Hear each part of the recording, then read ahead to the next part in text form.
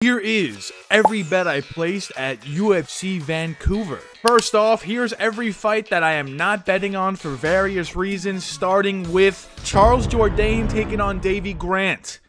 I think this is a very 50-50 matchup. I have Davy Grant picked as the underdog, so usually when I pick an underdog, I do bet them. But specifically in this matchup, Jourdain's been looking a little saucy. He's fighting in his hometown, and I have no real reason to think Davy Grant wins other than he's been winning, and he's just been doing it on razor close margins. So I don't really feel confident enough to bet Davy Grant. Kyle Nelson and Matt Frevola. I think this fight is going to end in violence. I actually think Kyle Nelson will be the one to knock out Matt Frevola in round number 1, but there's a lot of outlier factors that I don't like. Kyle Nelson moving up a weight class. Kyle Nelson has had a long layoff. Kyle Nelson just became a fireman, so those factors might lead you to think that this might be his last fight. And Matt Frevola, we know, is going to stick around. So, not confident enough to bet Kyle Nelson or his KO prop. Cody Gibson and Arichi Lang. This is a fight between two low-level UFC fighters with no dreams of ever making the top 15. They're just here to make money. And I don't feel comfortable betting either guy. I think Cody Gibson wins by decision, though. Kevin Holland and Mike Malott. Do I need to say why I'm not betting this? It's a Kevin Holland fight, and it's even money both sides. I mean, I have Kevin Holland picked. He should win this fight if he actually tries. He's better at MMA everywhere than Mike Malott. But, Mike Malott, hometown guy. Kevin Holland might not try. Kevin Holland nearly got knocked out by D-Rod in his last fight not even that long ago. So I don't really feel like putting Kevin Holland bet on my bet MMA. So not doing that this week. First fight we do have a bet on, though, is Stephanie Luciano taking on Ravena Oliveira. And in this one, I think Stephanie Luciano is simply better at MMA everywhere than Ravena Oliveira. Luciano has already fought grapplers that have tried to take her down and control her. She did fairly well against Talita Alencar. She fought her twice. She did fairly well against Sam Hughes. She lost by split, but low-key, she probably could have won that fight as well. And Ravena Oliveira hasn't fought in 2 years, which is concerning because she hasn't fought in 2 years. She can come out here and show a lot of new wrinkles to her game. She can be Ravena Ola Khabib Nurmagomedov. I don't know. That's what happened to Mario Pinto last week. I fell for the trap with the knees. I might be falling for the trap again with Luciano, but I just think she's better everywhere. And I think she's so much better that I think she actually will find the finish. I actually think Ravena Oliveira's striking is very poor. And if she's not getting takedowns, Luciano's going to lay a lot of volume on her. Some of those volume shots might get through for a power shot. And she nearly knocked out Talita Alencar in round 3 in both of her fights.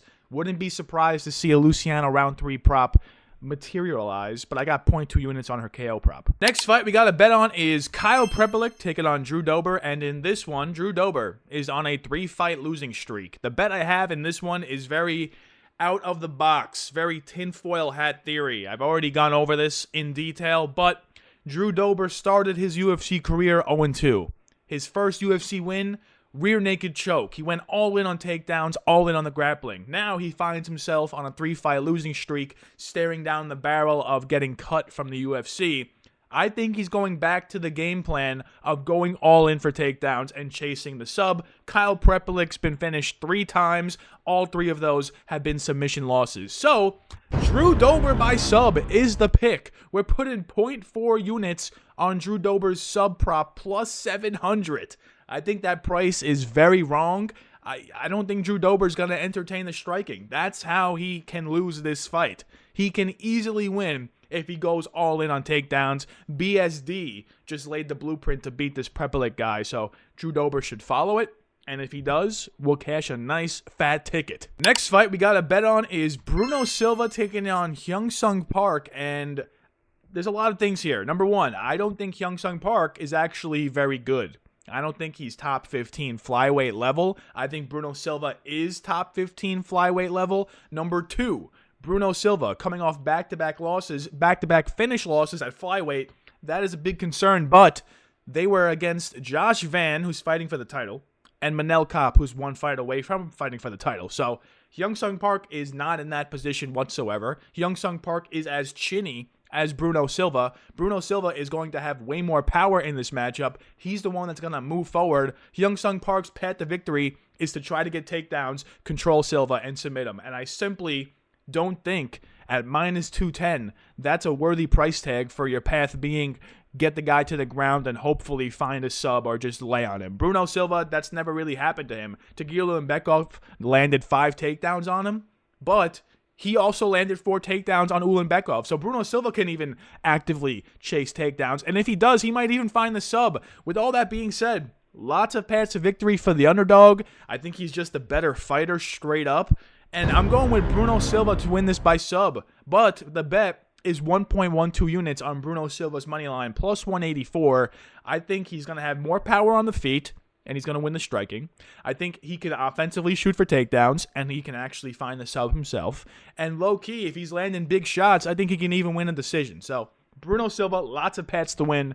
I like him as an underdog this week. Next fight we got to bet on is Marlon Vera taking on Aiemann Zahabi, and in this one, I think it's going to be razor close, okay? Aiemann Zahabi, he's been on a, I think, 6 or 5 fight win streak. He's looked pretty good in every one of those, except round 3 against Jose Aldo. Jose Aldo lands a knockdown on him, but Aiemann Zahabi somehow turns the round around and wins that round off of Jose Aldo, beating him. In this one, Marlon Vera does not get finished. So if you were to pick Aiemann Zahabi, it would be not by finish. Marlon Vera is simply not getting finished here.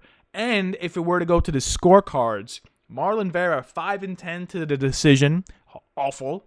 Aiemann Zahabi, I believe he is 5-1 to the decision or something like that. He's definitely way better at winning decisions. He's way better at winning minutes. Marlon Vera is better at winning moments. So what's going to happen here? I think Aiemann Zahabi is going to be very defensively sound and just simply win a decision.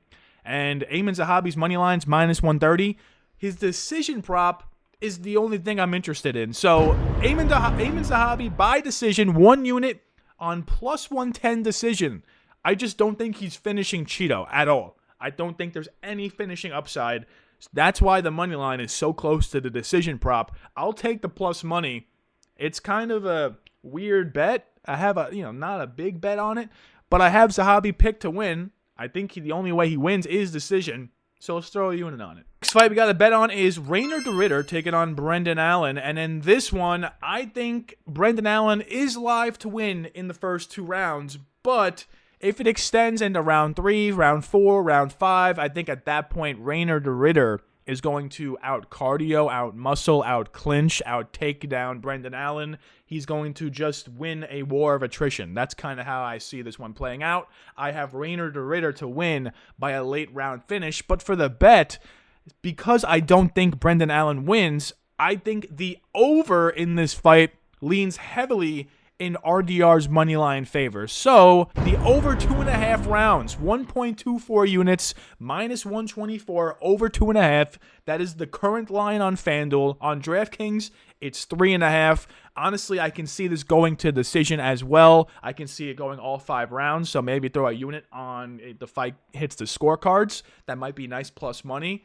But I do have RDR to find the finish later in the fight because I think Brendan Allen's cardio, like it always has, is going to fall off a cliff. So let's make some money. We also got some parlays. Starting with parlay number 1, we're going with Melissa Croden on the money line.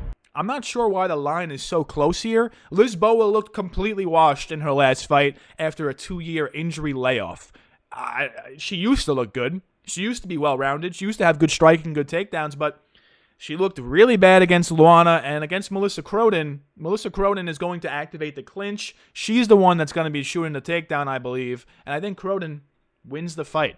So, leg number 1, Croden, and we're parlaying it up with Azamat Bikoyev on the money line. 1.4 units on these 2 people together gets you plus 145, and these are two pretty good picks, I think. Melissa Croden, I think, is just better than Lisboa, and Azamat Bikoyev, I think he can knock out Usry on the feet. I think he can take down Usry, potentially submit him or ground and pound him, and he can even win a decision by utilizing takedowns and holding Usry against the fence. I'm not convinced that Usry is actually UFC level at this current moment in time, so let's put this parlay in. Of course, we got Parlay number 2 with leg number 1 being Danny Barlow on the money line. I mean, if this guy loses to Jordan Santos, one of the lowest level UFC fighters on the roster, you got to really start asking yourself questions about Danny Barlow. Like, what does he do next? So this is a must-win for Danny Barlow, number 1, and it's a very winnable fight for Danny Barlow, number 2. And number 3, he's moving up to middleweight, which I think is his more natural weight class because he's missed weight multiple times at welterweight. So Danny Barlow on the money line, he should win. And we're parlaying him with Manon Fiorot against Jasmine Jasudavicius. If Jasmine's not getting takedowns, she's losing this fight. Jasmine by sub plus 1,200. That should be all you need to know to be picking and betting Manon Fiorot. The books don't think Jasmine's getting this fight to the ground. Manon notoriously does not get controlled. Manon's going to be way bigger in the octagon. Manon does not get subbed. Manon's fought grapplers of a similar ilk to Jasmine and has done fairly well. So Manon by decision if you want to take it a step further, but I have her on the money line because I do think there is an outside chance that she could find the KO on Jasmine if the striking really is that big of a disparity. So 2.32 units on this. You'll get minus 115. Let's make some money again. And we got the Finz Hammerlock. This is my weekly most confident underdog pick of the card, and it's not doing good lately. 25-53, I believe, is my overall record doing this. Been doing it for almost 2 years at this point. And we lost last week, but we hit the week before on Rumiz Brahimaj. But last week was a tough loss with Lucas Almeida, broken hand. What do you want me to do? All right? I made the video and the bets and the picks prior to seeing he had a broken hand. He should have won that fight if he has 2 hands. That's that simple. This week, we're going with the only underdog that I actually have a bet on. I could have picked Kyle Nelson. I could have done Davy Grant. But we're going with Bruno Silva on the money line for reasons already previously explained. I just think he's better than Hyung Sung Park. And we're getting plus 184. It seems like simple math. Let's try to bank and bring us back into the win column for the FHL. Before you go, I do want to leave you with an insane long shot. This is 3 legs. You jam them together and you'll make lots of money. So I don't think we've actually hit an insane long shot. We've come very close. We've hit 2 of 3 legs. We've hit 1 of 3 legs, but we have yet to actually smack this one. So this week, we're going a little tricky. It is a cycle, but you'll see what I mean. Drew Dober by sub is the first leg.